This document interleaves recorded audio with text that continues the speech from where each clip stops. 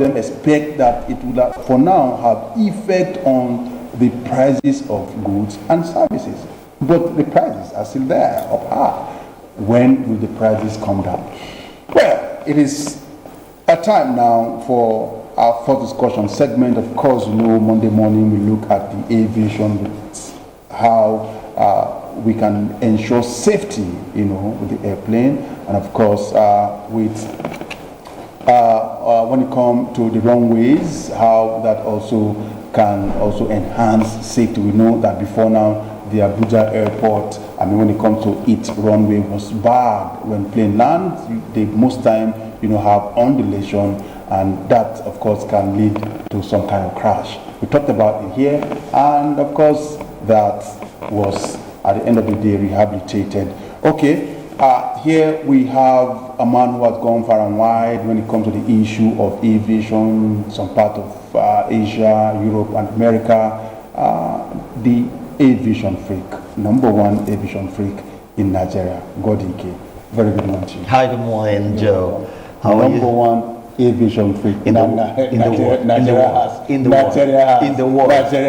world. Okay, quickly. I'm proudly from Nigeria. All right, let's go into what we have today. Aviation safety part 6. We've talked so much about aviation safety. We talked about drunkenness of pilot and its effects, and a whole lot more. So, what do we have today when it comes to aviation safety? Well, Joe, we are continuing with our aviation safety issues, and we're doing part 6 today. I actually had, by the way, my dear viewers, good morning and welcome to the program. So sorry for this little sleep. Right. We've been running with aviation safety, and remember when we started, I warned, or rather, I alerted you that it was such a huge topic. And I had thought actually that we'll be rounding up today with part 6, but Joe, guess what? We're going to be doing part 7 and possibly the final part next week. It's so inexhaustible, and there's so much to be dealt with. And what's painful is that when you go around our airports and see some of the things that we have in place, you see that we are yet to scratch what is required to ensure that we have absolute safety, on ground and in the air. Well, this is, like you well know, the essence of this program is to bring to fore the issues at stake, and hope that those listening and those in authority would cue in and take necessary information. So we can be at par. That's correct. And get plans. This is, by the way, our own little contribution to national development. You and I are simply spending our time, energy, and money. We're earning nothing from it. It's not about money now. It's about giving value to our society. So let's hit on with clip 1. Clip 1, so that we run through, as time is usually never our friend on this program. And here we go, Joe. Aviation safety. We're dealing with runway safety. Runway safety incidents describe kinds of safety and security issues that can be encountered on the runway. They include A, runway excursion, runway overrun, runway incursion, and runway confusion. Those are different issues that you can find on runway. Now, starting with runway excursion, this refers to an incident involving a lone aircraft exiting from a runway wrongly. That is what's known as runway excursion. Sometimes this happens and they endanger people's lives, because there's a possibility of having airplanes But one want to ask, why would an aircraft exit from the runway wrongly when you have what you call those air traffic you know, of course, directing the pilot. As we how to go, drive. you see some of the equipment that they are supposed to have in place in order to really keep an eye on all the aircraft, but in most airports, they're not installed. And we are going to ask questions today if one of those equipment that I'm going to mention this morning, you know, is installed in any of our airports. And then somebody's going to give you an excuse that we don't have terribly bad weather that gives you zero visibility like you have, you know, in Europe and America and the rest of places where you have cold weather, and therefore a control tower can sit up there in the skies of the tower and take a look and see, you know, positions of aircraft and stuff like that. Well, those kind of excuses may be given, but it's usually easier to have the appropriate equipment installed so that on the screen you see everything in just at one touch. So the issue is not with the air traffic, but with the equipment. That's correct. So let's run and see if we get there so that you get information. The next one is runway overrun. Runway overrun. We're not in clip 2 yet. Keep us in clip 1. This refers to a type of runway excursion where the aircraft fails to stop before the end of the runway.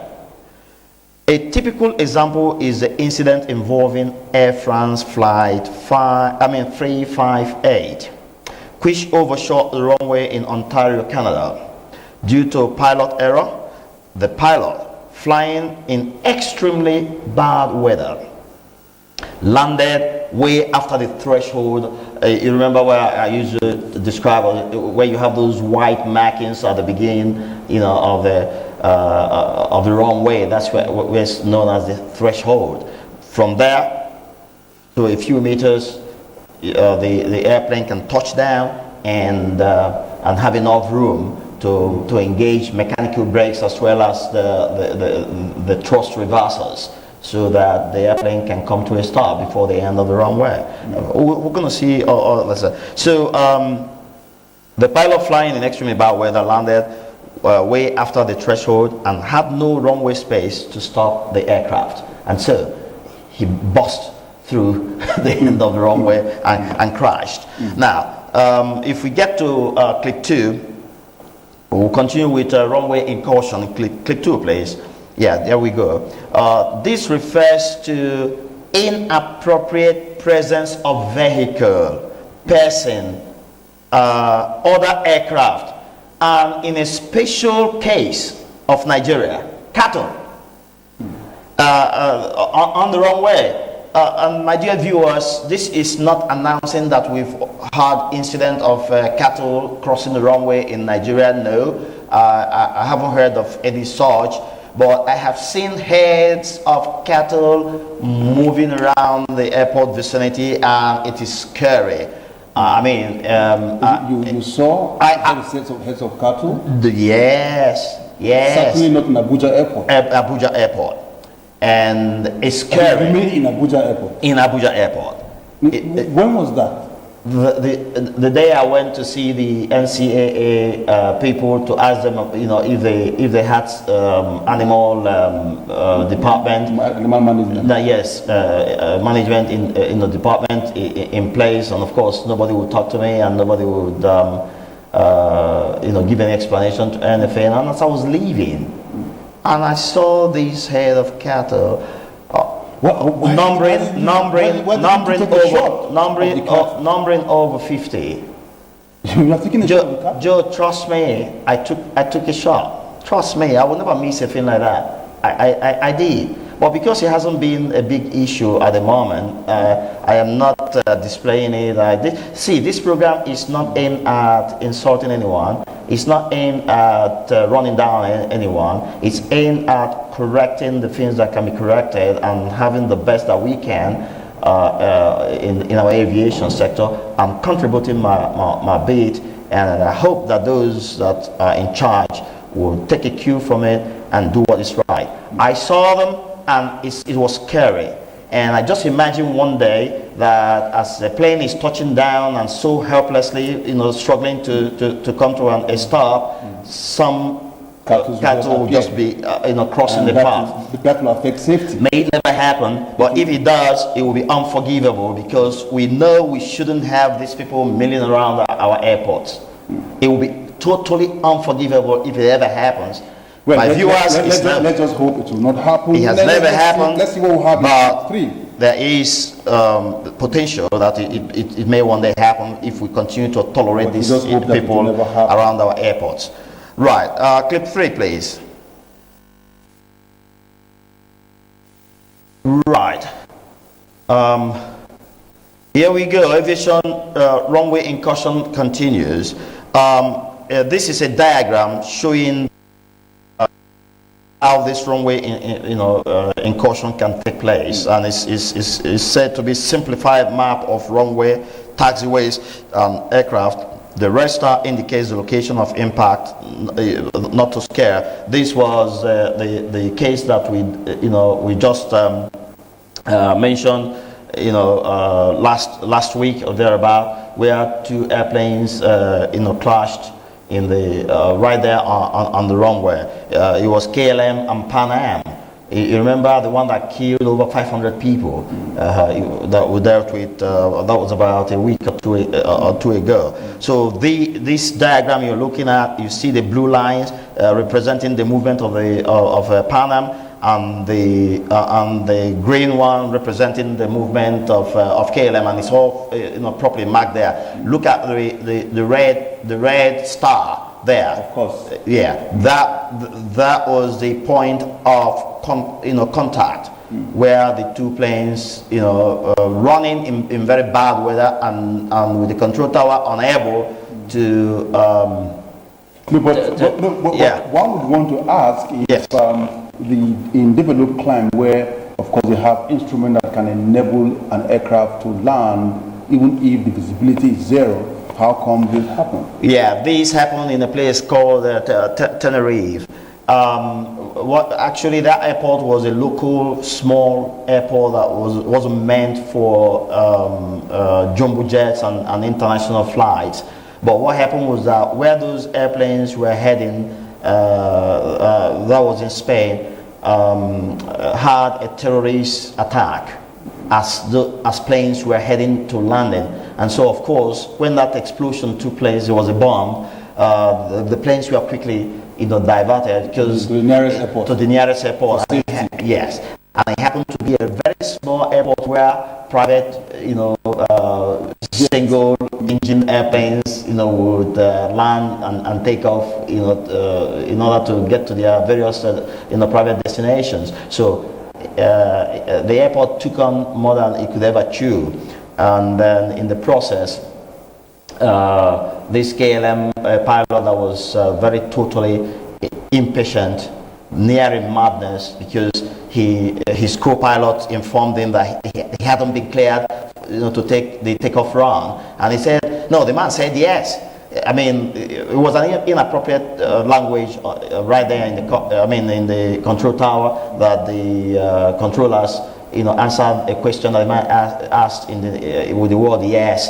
But that didn't mean you have been cleared for takeoff. His co-pilot understood the conversation, informed his captain that, listen, we haven't been cleared. He said, no, the man said yes. And before his co-pilot could take a breath to say one more word, he put on power, and off he went. And there was Pan Am trying to find a way from the single, it was the same runway that acted as a taxiway and stuff. And the man, at tremendous speed, ran into the Pan Am. Yeah, there was a collision right there on the runway, and then the 2 planes exploded and killed over 500 people.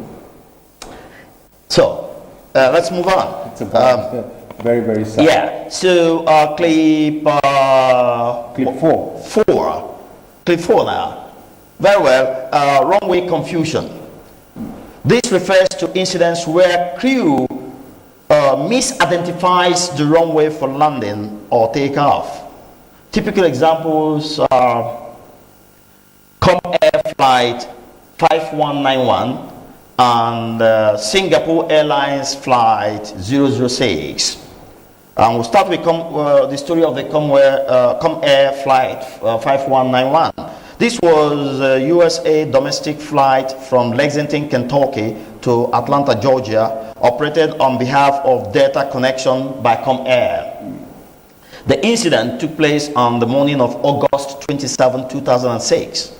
The plane crashed while attempting to take off from Bluegrass Airport in Fayette County, Kentucky, just 4 miles, which is equivalent of 6.4 kilometers, west of the city of Lexington. Pilot error led to wrongly taking off from a shorter runway 26 as against the assigned longer runway 22. Also, violation of sterile cockpit rule, and I'm going to explain that to you, contributed to the accident. Joe, in this case was a runway 22 long enough to take the takeoff of that aircraft was assigned to the pilot, but because of pilots chattering, computer technologies makes things so easy in the cockpit these days that sometimes pilots talk too much. But when you have this kind of situation, it is purely the blame is on the pilot. Of course, that's why it's called pilot error. That explains the sterile cockpit rule.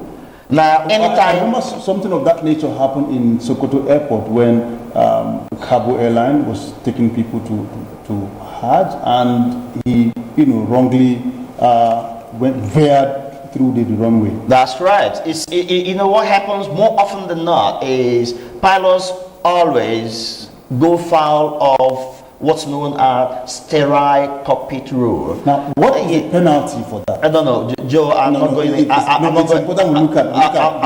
that because you just cannot put the lives of people, at risk.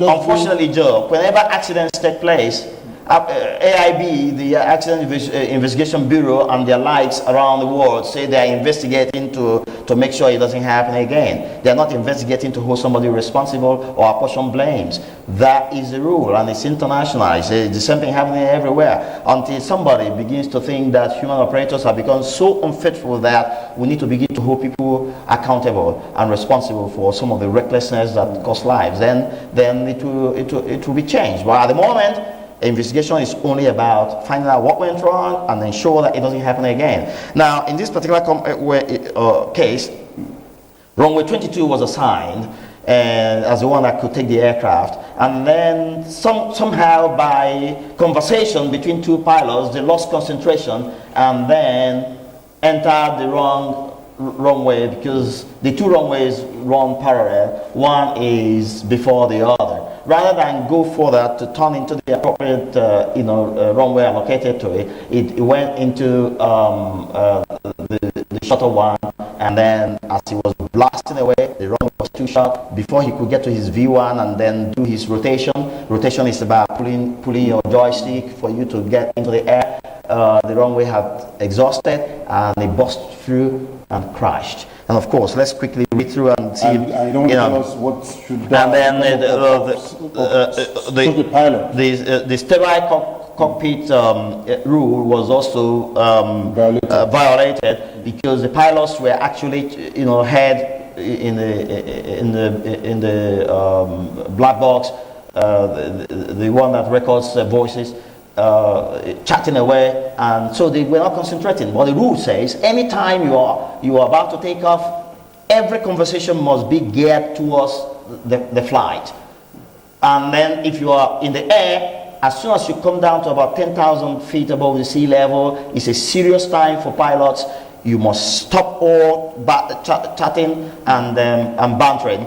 It must be purely. I think we are on clip 5. Yes, let's get to 5 now. We have limited time. Yes, clip 5, please. 5 minutes left. Clip 5, please. Here we go. Runway confusion continues. Singapore Airlines Flight 006. This was a scheduled flight from Singapore Changi Airport to Los Angeles International Airport, USA, via Chiang Kai-shek International Airport, now Taiwan, Taoyuan International Airport in Taipei, Taiwan. By pilot error, the Boeing 747-412 aircraft with 179 passengers and crew, 179 passengers and 20 crew, on 31st October 2000 attempted to take off from a wrong runway, here again, and crashed into construction equipment, killing 83 out of 179 on board. Absence of, that's the equipment, absence of airport surface detection equipment model X, known as ASDX, ASDEX, that is the equipment, made it impossible for air traffic controllers, the ATC, to notice in poor visibility that the aircraft had mistakenly positioned for takeoff on the wrong runway. Because we don't have time, this is one ugly story I would have loved to tell our viewers, but let's run through to yes, clip 6 please. Clip 6. Terrorism. Terrorism in aviation gained prominence and worldwide recognition after the infamous September 11, 2001 attacks on World Trade Center in the USA. As an aftermath of that incident, stricter airport and airline security measures are now in place worldwide to prevent terrorism. Security checkpoints and the locking of the cockpit doors during flight are some of the measures adopted worldwide to prevent terrorism. Now, you see the photograph of when those planes slammed into the World Trade Center, and then on the right side you see what was left of the World Trade Center when it collapsed. Clip 7 please, quickly. Deliberate air crew. But what equipment do we have on ground to prevent such? I don't know. Find out. I'm just giving you the name of the equipment that needs to be installed. Find out as journalists, investigative journalists from the Ministry of Aviation, let's go on. whether we have these things in place to monitor the movement of airplanes.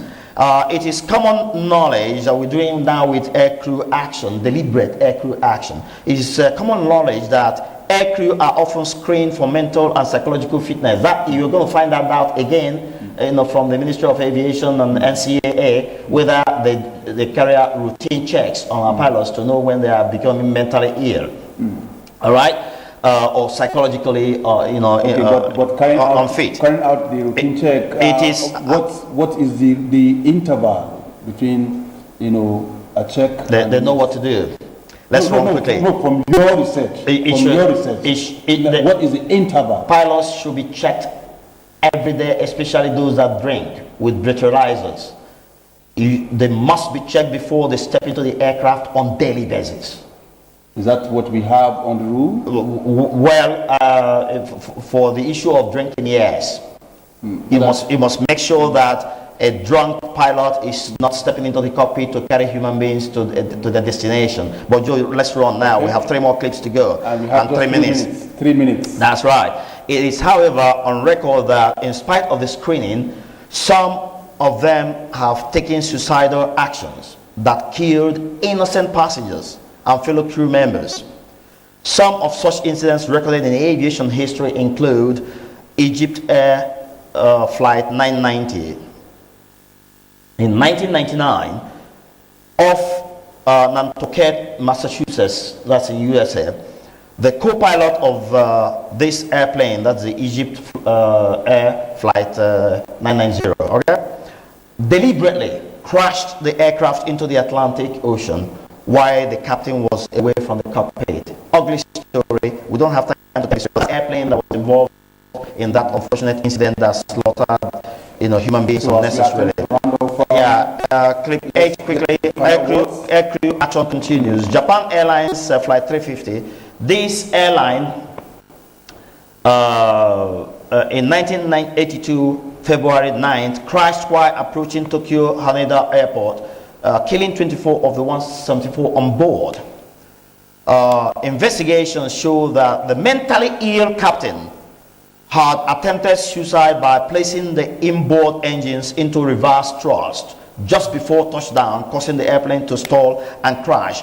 The diagram you have there on the left is the airplane in question, and the movement that it made and how it came down crashing into the waters is what you have on the right hand side. Keep a study on that, my viewers, and enjoy it. 9 says we are continuing with aircrew.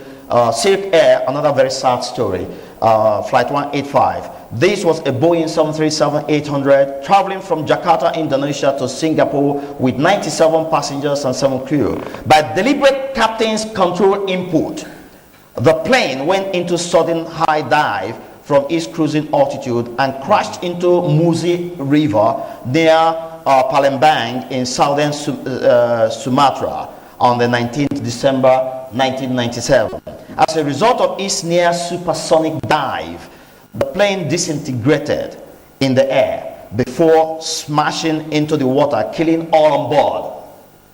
The National Transportation Safety Board, NTSB of the USA, and the National Transportation Committee of Indonesia investigated the crash and came up with two different opinions.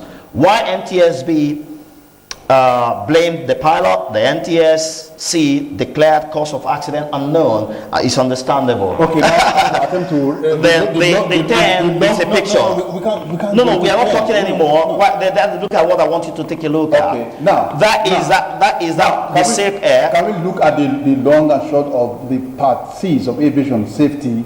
Of course, the blame. That's correct. Is on the pilot. Well, while I give that to you very quickly, I need my viewers to just take a look. That was the aircraft as he was about to leave for that trip, and that was what he ended up with when it smashed into water at supersonic speed, breaking into shreds. No human being was recovered intact.